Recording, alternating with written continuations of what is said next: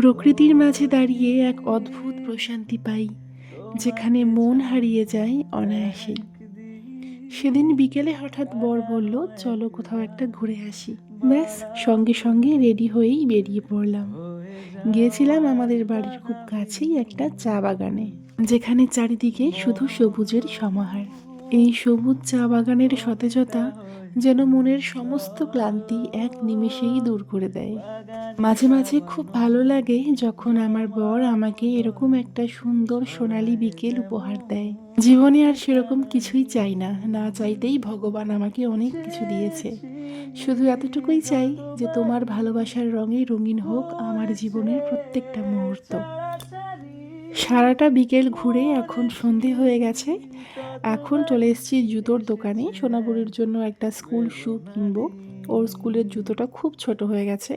তারপর এগরোল খেয়ে ঘরে ফিরবো। সবাই খুব ভালো থেকো।